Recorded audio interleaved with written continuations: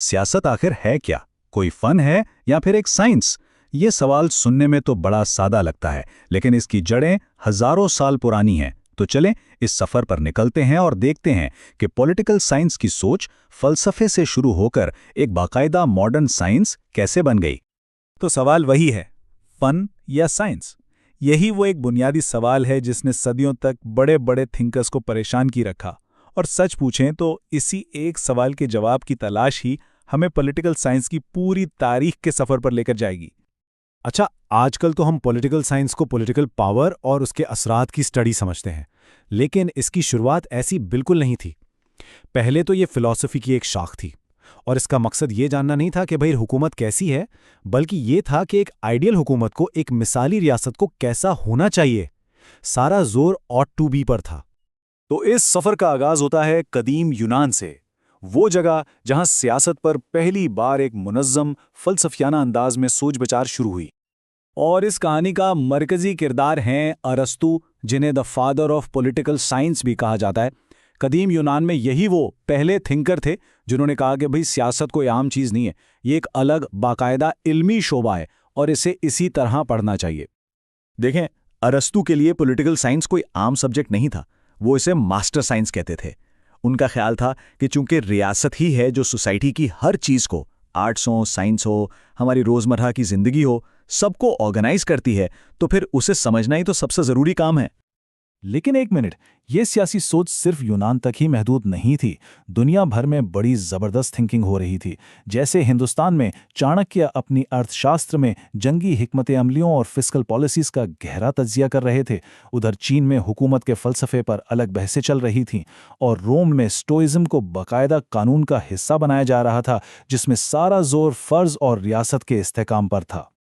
अच्छा, कदीम दौर के बाद आता है रेनेसांस, यानी निशाते सानिया, और यहां आकर सियासी सोच का रुख समझें 180 डिग्री पर घूम गया।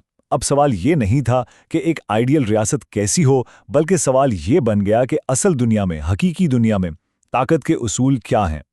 तो रेनेसांस के दौरान पॉलिटिकल थिंकिंग में एक बहुत बड़ी, एक ड्रामेटिक तब्दीली आती है। वो जो फलसफियाना आइडियलिस्ट सोच थी ना, उसकी जगह एक नए, और कहना चाहिए कि एक बेरहम हकीकत पसंद थिंकर ने ले ली। और ये थे निकोलो मैकियावेली। इनका नज़रिया बिल्कुल इनकलाबी था। उन्होंने कहा कि भाई सियासत का काम ये बताना नहीं है कि दुनिया को कैसा होना चाहिए, बल्कि इसका काम ये समझना है कि ताकत असल में कैसे काम करती है। और इनके मुताबिक अगर एक हुक्मरान को अपनी रियासत बचानी है तो फिर अच्छे या बुरे हर तरह के तरीके जायज़ हैं। और ये तब्दीली कोई मामूली नहीं थी, बहुत गहरी थी। देखें, जहां कुरूने वस्ता की सियासत चर्च और रियासत के रिश्तों में ही फंसी हुई थी, वहीं एनलाइटनमेंट का दौर, यानी रोशन ख्याली का दौर, रीजन और नेचुरल लॉ जैसे नए ख्यालात लेकर आया। अब बात बादशाहों के खुदाई हक की नहीं, बल्कि सामाजी मुआहदे, यानी अ सोशल कॉन्ट्रैक्ट की होने लगी। फिर हॉब्स, लॉक और रूसो जैसे बड़े नाम सामने आए। इन मुफक्किरीन ने क्या किया? उन्होंने साइंसी उसूलों को उठाया और उन्हें माशरे और हुकूमत पर लागू करना शुरू कर दिया। बस यही वो दौर था जब पॉलिटिकल साइंस ने फ़लसफ़े से साइंस की तरफ अपना सफ़र वाकई बहुत तेज़ी से तय किया। अब आती है 19वीं सदी। यहाँ पॉलिटिकल साइंस ने एक और बहुत बड़ा कदम उठाया। अब ये सिर्फ कुछ थिंकर्स की आपसी बहस नहीं रह गई थी, बल्कि ये एक बाकायदा एकेडमिक डिसिप्लिन बन गई, खासतौर पर अमेरिका में।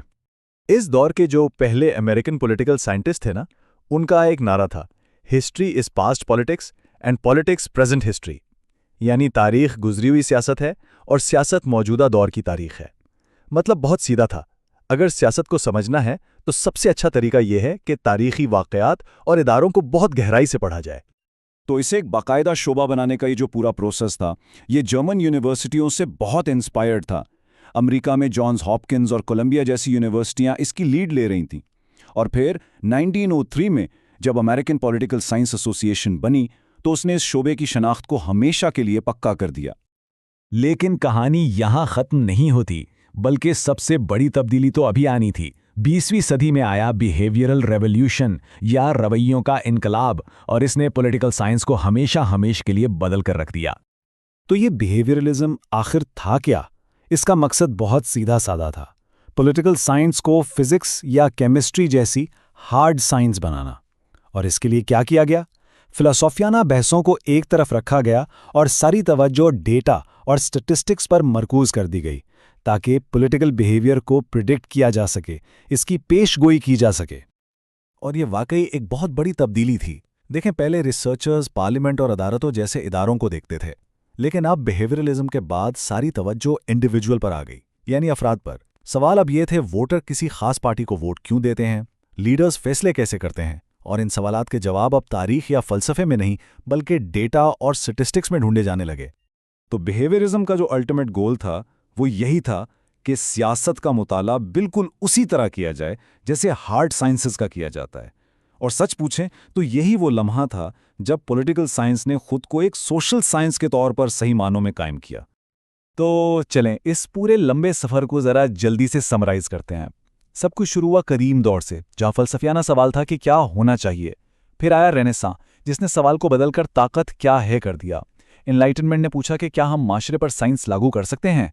19वीं सदी ने इसे एक बाकायदा एकेडमिक फील्ड बनाया, और आखिर में 20वीं सदी ने लोगों के एक्चुअल बिहेवियर को नापना शुरू कर दिया। तो आखिर में हम वहीं आ खड़े होते हैं एक बड़े सवाल के साथ। अब जब हमारे पास सियासत को नापने के लिए साइंस आ गई है, तो क्या हम इस फन को कहीं पीछे छोड़ आए हैं? वो फन जिसमें इस बात पर बहस होती थी कि एक मुआशरे को असल में कैसा होना चाहिए। ये एक ऐसा सवाल है जो हमें घुमाकर वहीं ले जाता है जहां से ये सारा सफ़र शुरू हुआ था, यानी उस शोबे की फ़लसफ़ियाना जड़ों की तरफ।